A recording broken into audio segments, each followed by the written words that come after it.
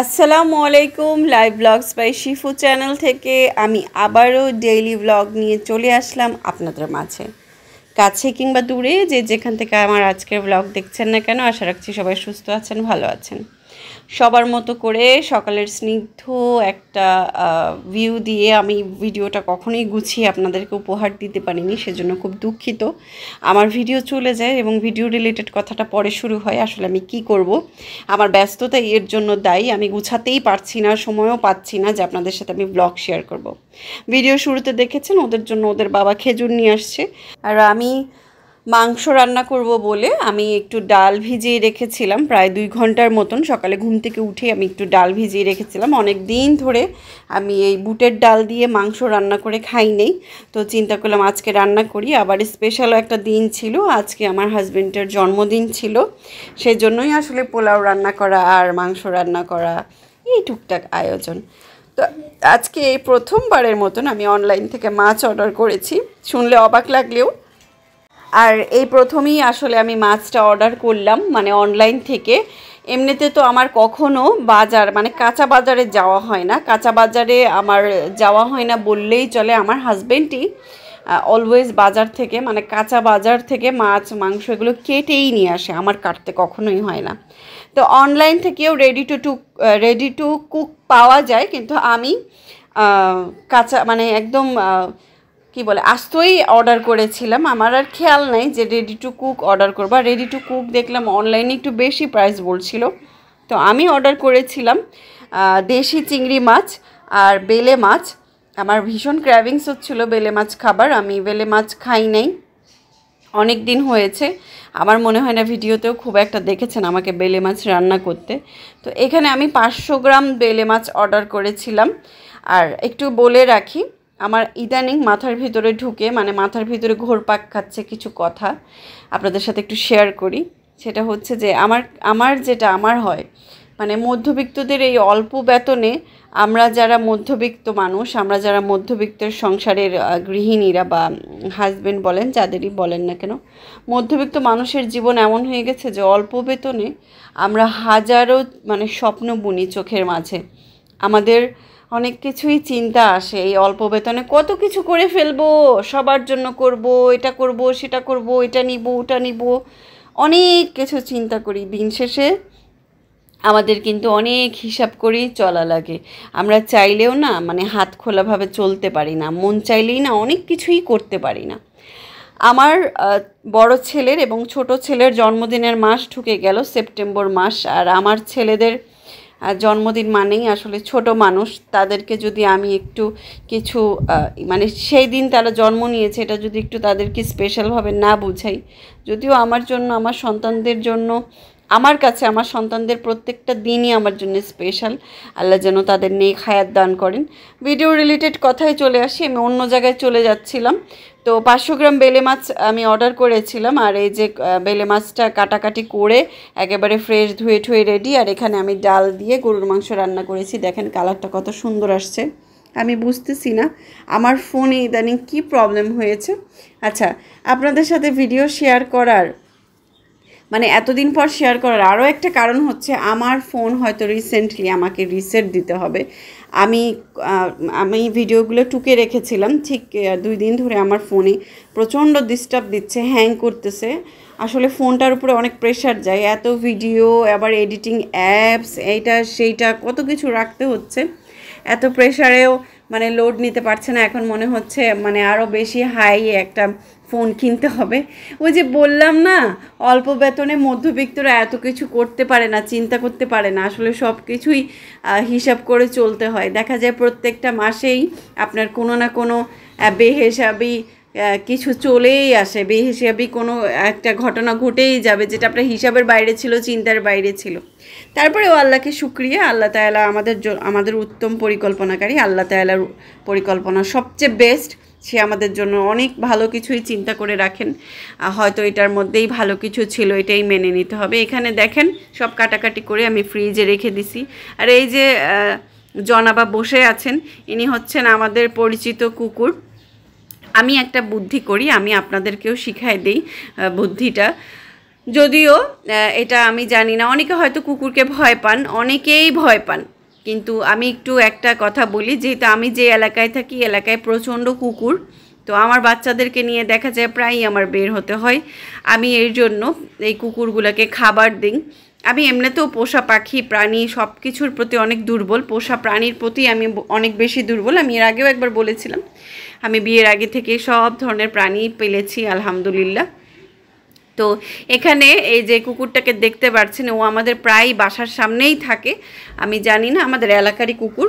তো যেহেতু আমার বাচ্চাকে নিয়ে আমি বিকালে বের হই, স্কুলে যাতায়াত করছি, তো কুকুর দেখলে বাচ্চারা ভয় পায়, আবার কুকুর অনেক সময় বাচ্চাদেরকে কামড়ও দিয়ে দেয়। তো সেই জন্য মানে কুকুর যেহেতু একবার কারো কাছ থেকে খাবার পায়, ওই মানুষকে কখনো ভোলে না। আর আমরা সবাই কম বেশি জানি কুকুর কখনোই বেইমানি করে না, এটা আপনারাও জানেন। তো এই জন্য আমি কুকুরকে খাবার দেই, যেন ওরা আসলে আমার বাচ্চাদেরকে পাহারাও দেয়, আবার আমি যে মায়া করি সেটাও যেন থাকে, দুইটাই যেন মেনটেন হয়।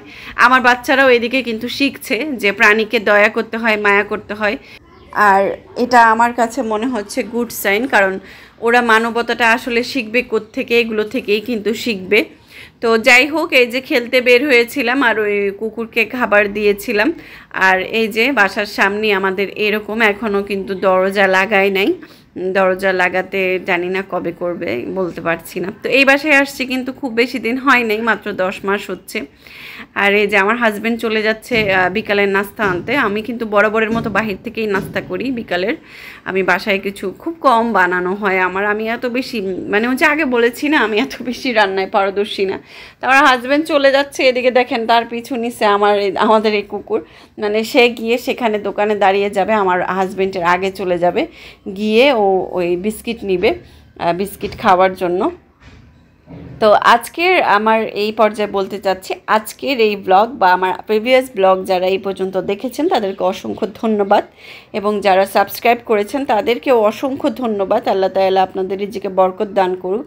আর আমি সবসময় আমার শুভাকাঙ্ক্ষী, আমার সাবস্ক্রাইবারদের জন্য অনেক অনেক দোয়া করি, আল্লাহ যেন ভালো রাখেন। আর এ পর্যায়ে বলতে চাচ্ছি, প্লিজ আমার চ্যানেলটিকে সাবস্ক্রাইব করবেন। এই ধরনের ডেইলি ব্লগ, লাইফস্টাইল ব্লগ যারা দেখতে পছন্দ করেন তারা আমার চ্যানেলটিকে সাবস্ক্রাইব করবেন, নোটিফিকেশনের বেল বাটনটা অবশ্যই ক্লিক করবেন, যেন আমি ভিডিও ছাড়া মাত্রই আপনাদের কাছে নোটিফিকেশন চলে যায়। ডেইলি ব্লগ মানে হচ্ছে আমাদের কিন্তু ডেইলি লাইফস্টাইল, মানে আমরা এক একজনের কিন্তু লাইফস্টাইল এক এক রকম, সবার সাথে সবারটা মিলবে না, সবার রুচিও মিলবে না, সবার ফিনান্সিয়াল অবস্থানও এক না। তবে আমার এইগুলো যাদের ভালো লাগে তারাই আমাকে ফলো করবেন, দেখবেন। আমার যাদের ভালো লাগে আমিও কিন্তু তাদেরকেই দেখি, মানে ভালো লাগা তো সবার এক না। তো দেখলেন আমরা একটু বের হয়েছিলাম, আমি বের হয়েছিলাম হচ্ছে আমাদের একটা মেজবানের দাওয়াত ছিল, আর সেখানে চলে গিয়েছিলাম। আর ওইখান থেকে আসতে আসতে 10:30 11টা বেজে গেছে। ভালোই লাগছে, অনেক দিন পর একটা মেজবানের দাওয়াত খেতে গিয়েছিলাম, আমাদের বিল্ডিংয়েরই দাওয়াতটা ছিল। দেন পরদিন থেকেই আমার দাওয়াতটা ছিল শনিবার, এটা রবিবারের ভিডিও। আমি রবিবারে যে এতদিন পর স্কুল খুলেছে, স্কুলে চলে যাচ্ছি, যেহেতু দ্বিতীয় সাময়িক পরীক্ষা শেষ হয়ে গেল। দ্বিতীয় সাময়িক পরীক্ষার পরে কিন্তু আমাদের একটা লম্বা ছুটি দিয়েছিল 5 দিনের। আমার জন্য ভাই এটা লম্বাই ছুটি, মানে এক সপ্তাহে বলা যায়, যেহেতু শুক্র শনি এমনিই বন্ধ।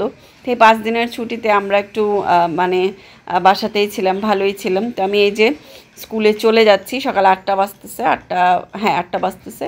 আর যাওয়ার সময় আমি প্রতিদিনই আমার ডিউটি হয়ে গেছে, ওকে একটু খাবার দিয়ে যাই, খাবার দিয়ে যে আর কি, হয়তো আল্লাহ তাআলা আমার উসিলায় ও রিজিকটা লিখে রাখছিলেন, তাই যা পারি চেষ্টা করি আমি ওকে দিয়ে যেতে।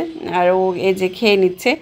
আর দেন এটা তো সেদিন চলে গেল, সেদিন স্কুটি করে চলে আসছি। চলে আসার পরে ওই যে গতকালকে দেখিয়েছিলাম যে কুমড়া ভাজি রান্না করেছিলাম, মাছ রান্না করেছিলাম, সেগুলোই আজকে রান্না করা এই যে দেখাচ্ছি। আমি কিন্তু রাতে রান্না করি, কারণ হচ্ছে আমি দিনের বেলা রান্না করলে আমি দিনের বরকত পাই না, আমার 5টা বেজে যায়, 5:30 বেজে যায় বাচ্চা খাওয়াতে খাওয়াতে। আমার বাচ্চাদের কিন্তু 4-5 বছর চলছে, এখনও একা খেতে পারে না, আর ট্রাইও করতে চায় না, মানে ট্রাই করে খুব বকা দিলে। তো দেখেন আমি একটা জিনিস চিন্তা করি যে বাচ্চা তো বড়ই হয়ে যাবে, একদিন তো নিজে হাতেই খাবে, থাক না যতদিন পারি সুস্থ আছি খাওয়াই দিই। হ্যাঁ আমার একটু কষ্ট হয়, এটা সত্য, আমার একটু কষ্ট হয়, হয়তো ওই সময়টা আমি অন্য কাজ করতে পারি, কিন্তু আমি খাওয়াই দিই। আমার কাছে মনে হয় কি যে আরও বড় হয়ে গেলে তো আমি আর খাওয়াই দিতে পারবো না। একটা সময় তো জীবনের যুদ্ধ, ওদের নিজেদের একাই করতে হবে। আর একটা ছেলে মানুষের জীবন হচ্ছে পুরা মানুষ, মানে বাচ্চা পালো, বউ পালো, সবাইকে পালতে হবে, সবার দায়িত্ব নিতে হবে। একটা পুরুষের কিন্তু দায়িত্ব কম না, অনেক দায়িত্ব। তো সেই জন্যই আমি মানে চিন্তা করি যে না, আমি যতদিন বেঁচে আছি খাওয়াই দিই, সমস্যা নেই, যতটুকু পারি আর কি, যতদিন পারি আর কি। তো এই যে আমি কিছু গাছ কিনে আনছিলাম সেদিন স্কুল থেকে। আমার ইনডোর প্ল্যান্টের খুব শখ হইলো যে ঘরের মধ্যে সাজাবো, প্লাস আমার অনেকগুলো গাছ মরে গেছে। আমি একটু বলি, আমাদের যে গেস্ট রুমের সাথে যে বারান্দাটা আছে, প্রচুর রোদ আসে এটাতে, গরমকালে প্রচুর রোদ, মাশাআল্লাহ অনেক সুন্দর একটা রোদ আসে এবং সারাদিন রোদটা থাকে। তো সারাদিন থাকার কারণে না আমার টগর গাছটা মরে গেছে, তো ওই টবটা খালি হয়ে গেছে। তারপরে আমি শাক বুনেছিলাম, লাল শাক, সেটাও মরে গেছে, হয়তো বা অনেক বেশি রোদের কারণে মরে গেছে। আর এটা রেখেছিলাম সিঁড়িতে, আপনাদেরকে দেখিয়েছিলাম যে রোজার ঈদ নাকি কোরবানি ঈদের আগে একটু সিঁড়ি ঘরটা সাজিয়েছিলাম, তো সিঁড়িতে রেখেছিলাম, দেখলাম এটাও রোদ না পেতে পেতে মরে গেছে। তো এগুলোকে আমি টবে রাখলাম, টবে সেট করলাম। আর এই যে ইনডোর গাছগুলো, এটা হচ্ছে ক্যাথেলিয়া গাছ, খুব সুন্দর এর পাতাগুলো। আমি কিনেছি ইনডোর প্ল্যান্টের মধ্যে ক্যাথেলিয়া, অ্যারিলিয়া, আরেকটা হচ্ছে নামটা ভুলে গেছি আমি, অ্যারিলিয়া, ক্যাথেলিয়া আর কোলিয়াস। হ্যাঁ, এটা হচ্ছে কোলিয়াস গাছ। এটা অনেক রকমের কালার হয়, এই গাছটা অনেক সুন্দর হয়, আমার কাছে ভালো লাগছে কালারটা। এটার মধ্যে দেখেন শেড আসছে একটা পিঙ্ক, ভালো লাগছে তাই কিনছি। আর ওই যে পিছনের যে গাছটা দেখছেন, ওটার নামটা আমি ভুলে গেছি, ওটা ইনডোর গাছ বলে আমার কাছে সেল করছিল। আচ্ছা, এখানে একটু বলে রাখি, আমি কিন্তু গাছ চিনি না, আমি এগুলো গুগলে সার্চ দিয়ে বের করে তারপর আপনাদেরকে নামগুলো বলছি। আমি ছবি তুলে দেন এগুলো বের করেছিলাম নামগুলো। আর এইটা ক্যাথেলিয়াটা আমি ঘরের ভিতর রাখছি, কারণ এটা বলে বেশি রোদ পছন্দ করে না, ওই হালকা একটু আলো আসলে নাকি ওর চলবে। আর কোলিয়াসটা ইনডোর না, হ্যাঁ ইনডোর, কোলিয়াসটাও ইনডোর, তবে ওর রোদ লাগবে একটু, একদম কড়া রোদও না, তবে লাগবে। আর এই যে দেখেন, এটা হওয়ার লেবু গাছ। আমার হাজব্যান্ড লেবু আনছে যে, সেখান থেকে মানে বিচিগুলো আমি মাটিতে পুঁতে দিয়েছিলাম, অ্যান্ড দেন ওইখান থেকে এই লেবু গাছটা হয়েছে। আর এটা হচ্ছে বেলি গাছ, মানে বেলি ফুলের গাছ। আমি জানি না, আমি চিনি না, ওই লোক আমাকে বললো এটাই নাকি বেলি ফুলের গাছ। আর বেলি ফুলের ঘ্রাণ আমার অসম্ভব ভালো লাগে, আমার কেন, সবারই ভালো লাগে। আর বলেছিলাম এই রুমের বারান্দাটাতে অনেক রোদ আসে, এই যে আপনারা দেখেন অনেক রোদ। তো আজকের ব্লগটা আমার এই পর্যন্তই। যারা এই ধরনের ব্লগ দেখেন প্লিজ আমার চ্যানেলটিকে সাবস্ক্রাইব করবেন। আগামী ভিডিও দেখার আমন্ত্রণ জানিয়ে আমি আজকে এখানেই বিদায় নিচ্ছি। সবাই সেই পর্যন্ত সুস্থ থাকবেন, ভালো থাকবেন, অসুস্থ থাকলে দোয়া করছি যেন আল্লাহ ভালো করে দেন। আল্লাহ হাফিজ, আসসালামু আলাইকুম।